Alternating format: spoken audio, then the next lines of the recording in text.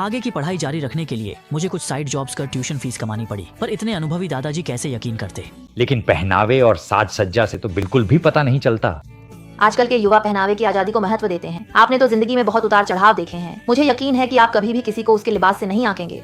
दादाजी उसकी बातों से चौंक गए। उन्हें उम्मीद नहीं थी कि वह इतनी तेज तर्रार और नुकीली जुबान होगी, लेकिन हार न मानने वाले दादाजी ने खाने के बाद सिंचन को शतरंज खेलने के लिए बुलाया ताकि उसकी तेजी को ठंडा कर सके। सिंचन कैसे नहीं समझती कि दादाजी इज्जत बचाने के लिए कर रहे हैं, इसलिए जबकि उसके पास राष्ट्रीय स्तर की द्वितीय श्रेणी की खिलाड़ी काबिलियत थी, उसने चालाकी से दादाजी खेल को बराबरी पर रखा। दादाजी को खुश करने के लिए उसने कुछ गलतियां की ताकि उन्हें जीतने का मौका मिले। जब दादाजी रौब झाड़ने लगे तो उसने विनम्रता से कहा, दादाजी मुझे मौका दे दीजिए।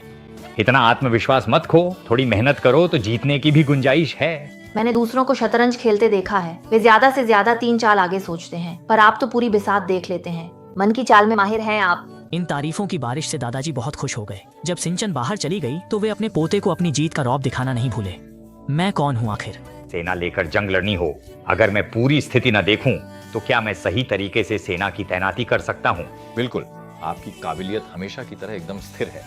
सिंचन ने तो आपको जिताने के लिए इतना आसान खेल दिया है कि जैसे पूरा समुंदर ही बहा दिया हो। हालांकि सुचिंगचे ने जो कहा सब सच था, लेकिन जिद्दी दादाजी ने उसे, जो गोमो खेलना नहीं जानता, बोलने का हकदार नहीं समझा और ताना मार दिया।